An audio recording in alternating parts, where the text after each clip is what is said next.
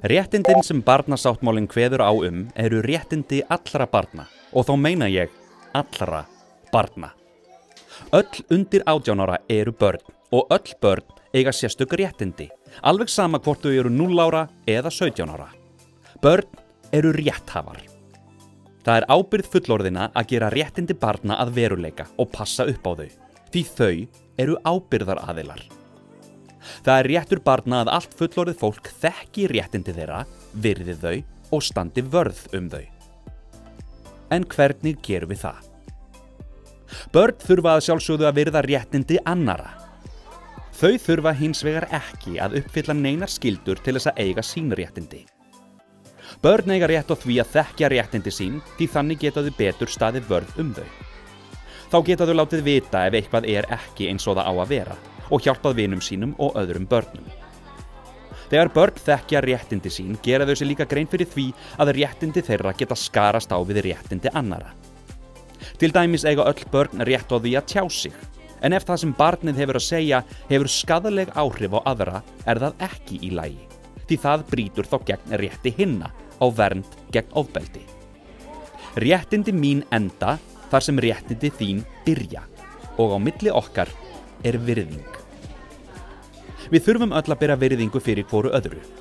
Ef börnum verður hins vegar á og virða ekki réttindi annara, þurfa þau samt aldrei að hafa áhyggjur af því að missa réttindi sín. Það gerist aldrei, alveg sama hvað. Það nefnilega eins með réttindi barna samkvæmt barnasáttmálanum og önnur mannréttindi. Þau eru meðfædd og skilyrðislaus. En hvað þurfa þá fullorðnir að gera?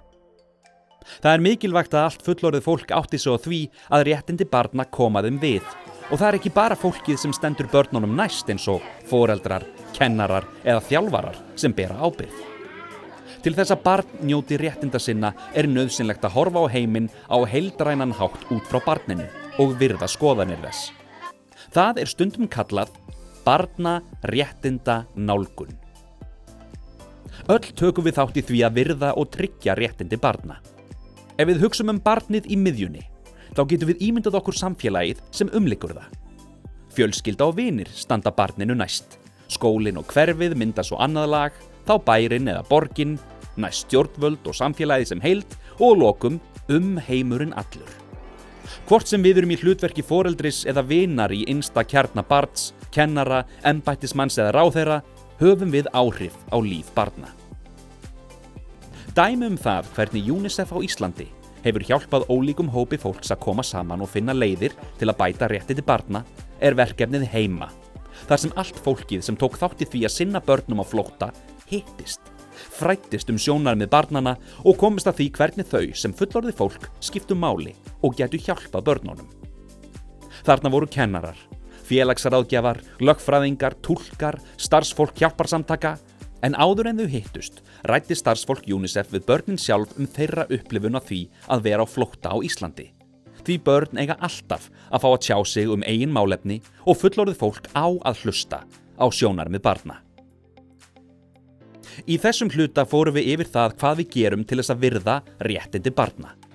Börn þurfa réttindafræðslu, svo þau geti staðið vörð réttindi sín og annara barna. Þau eru rétthafar og bera ekki ábyrgð á því að koma réttindum í framkvæmd.